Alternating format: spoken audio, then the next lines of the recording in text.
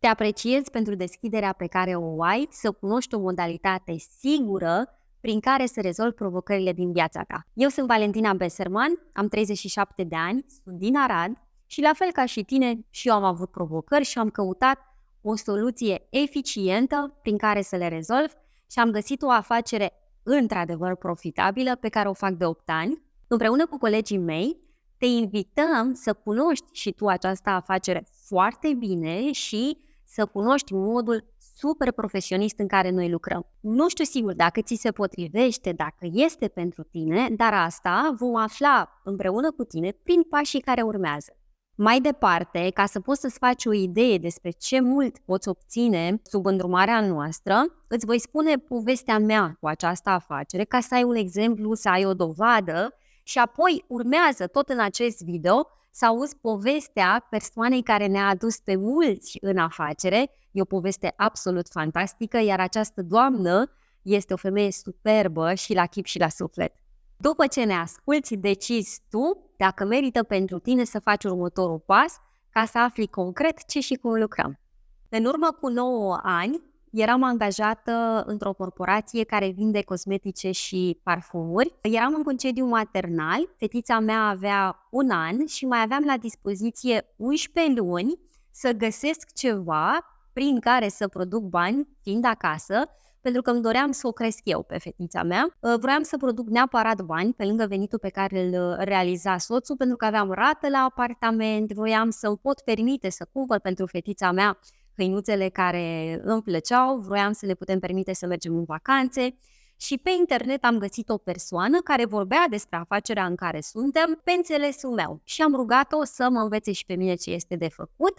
Mi-am setat ca scop ca în 11 luni să produc atâția bani cât era indemnizația pe care o primeam atunci de la stat și am reușit, am produs cu 300 de lei mai mult decât era indemnizația și mi-am dat demisia de la locul de muncă și mi-am atins scopul, am mai multă libertate, sunt prezentă în viața fetiței mele, sunt prezentă la toate evenimentele importante ale ei, m-am dezvoltat eu foarte mult din punct de vedere personal, m-am descoperit pe mine ce sunt capabilă să realizez pe cont propriu, asta îmi place foarte, foarte mult, avem un nivel de trai mult mai ridicat, am construit relații foarte faine cu partenerele cu care lucrez, le apreciez foarte mult, sunt niște doamne foarte prețioase și mă bucur mult că am avut curajul să fac afacerea asta.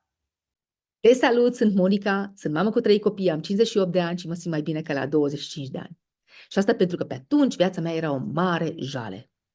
Eram mamă cu 3 copii mici și foarte des bolnavi. Din punct de vedere emoțional, mental, eram foarte jos, nu aveam încredere deloc în mine și mai rău ca toate acestea era situația financiară. Eu terminasem 15 ani de muzică, 3 ani de teologie și am lucrat ca și cantor la biserică, pe un salariu minim pe atunci, echivalent cu aproximativ 60 de euro. Banii care nu aveam cum să-mi întrețin familia, nici măcar la nivel de alimente de bază. Așa că după ce ne plăteam întreținerea, ne mai rămâneau bani de 2-3 zile și din acest motiv eram nevoită să accept ajutoare din jurul meu. Cei de la biserică îmi știau situația și au început să vină către mine cu alimente de bază. 1 litru de ulei, 1 kilogram de zahăr, de orez, de făină și timp de 8 ani de zile mâncam dintr-o cantină socială, practic o cantină a săracilor. Crede-mă, mă simțeam îngrozitor de umilită și nu știam cum o să ies de aici.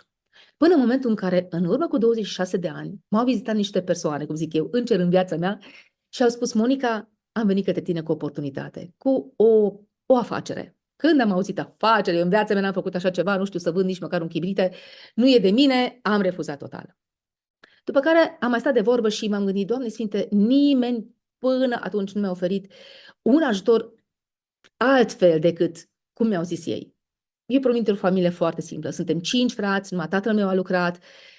O familie foarte limitată din punct de vedere financiar și a mentalității.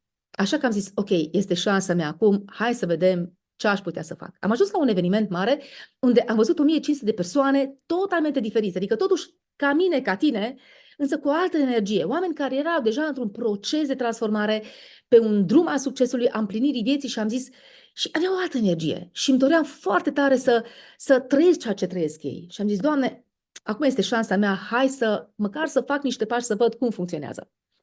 Iar cei care m-au îndrumat au spus, Monica, nu contează de unde vii, nu contează ce ai făcut până acum, contează doar dacă ești învățabilă, dacă faci ceea ce îți arătăm și vei vedea cum viața ta se schimbă. Într-adevăr, după 7 luni am ieșit pentru totdeauna din gaura mea existențială din punct de vedere financiar și nu doar. Câștigasem deja, după 7 luni, 2000 de euro. Niciodată mai puțin și constant au început, era o perioadă stabilă, după care au început banii să crească. Acum noi, cu soțul meu, câștigăm între 15 și 20 de mii de euro lunar.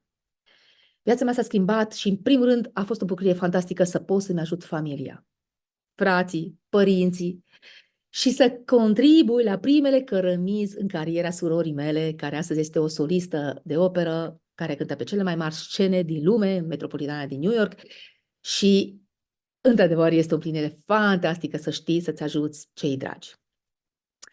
Bun, după care au venit deja stimulentele companiei, acele extra bonusuri, cum ar fi programul auto, călătoriile.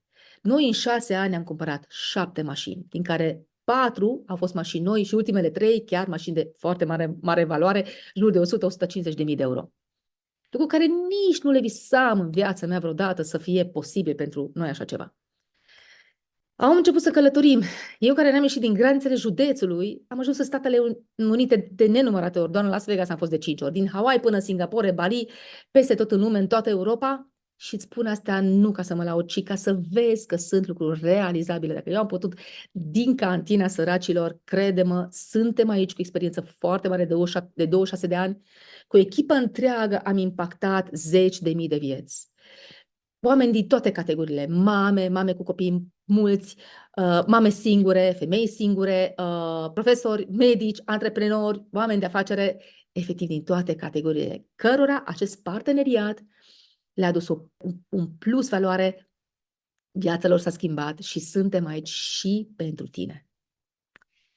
Poate tot ceea ce ți-am povestit nu ți se potrivește, poate nu-ți dorești aceste lucruri, dar sunt convinsă că ar fi și în viața ta ceva care ar putea fi îmbunătățit. Și doar imaginează-ți cum te-ai simți să știi că ți-ai rezolvat toate problemele. Cum ai zâmbi dacă ți-ai realizat ceea ce îți dorești. Cum ar zâmbi cei din jurul tău, familia ta, copiii tăi, cum ar fi nivelul vostru de bucurie. Imaginează-ți. Da, imaginează-ți câtă liniște și câtă siguranță vei simți în interiorul tău când, împreună cu susținerea noastră, și tu îți vei rezolva provocările și îți promit că împreună cu noi și tu poți. Să știi că astfel de povești de succes în această afacere îți putem arăta multe ca să-ți confirmăm că și tu poți, chiar indiferent din ce domeniu ești acum. Pentru că avem colegi care au reușit, care sunt din domeniul bancar, altele care sunt din învățământ, sunt profesoare, avem colegi care sunt din domeniul medical, alte colegi care au făcut afaceri clasice și îți putem arăta poveștile lor de succes. Sunt sigură că din ceea ce ai văzut până acum, deja simți că vrei să cunoști mai mult despre ce și cum lucrăm. Îți recomand chiar acum să-i scrii mesaj colegului sau colegei noastre care ți-a dat acest video, prin care spune-i că vrei să aveți o discuție. Ar fi bine să aveți o discuție cu video, să vă și vedeți. La această discuție îți va da următoarele detalii și stabiliți următorul pas. Îți recomand ca la discuția cu colegul sau colega noastră să fii foarte deschis, pentru că lucrează alături de noi și este foarte bine pregătită să te poată ajuta și pe tine prin exemplu personal. La discuția pe care o stabiliți, te rog să ai la îndemână o hârtie și un pix ca să poți nota tot ce spune să faci și tot ce stabiliți. Ceea ce îți oferim noi acum, crede-mă, este o șansă imensă de a-ți îmbunătăți viața. Peste un timp și tu vei spune asta cu toată convingerea. Și să știi că te vrem în echipă, pentru că sunt sigură că ești o persoană hotărâtă, curajoasă, dispusă să învețe și să muncească pentru scopul ei. Te așteptăm cu bucurie alături de noi.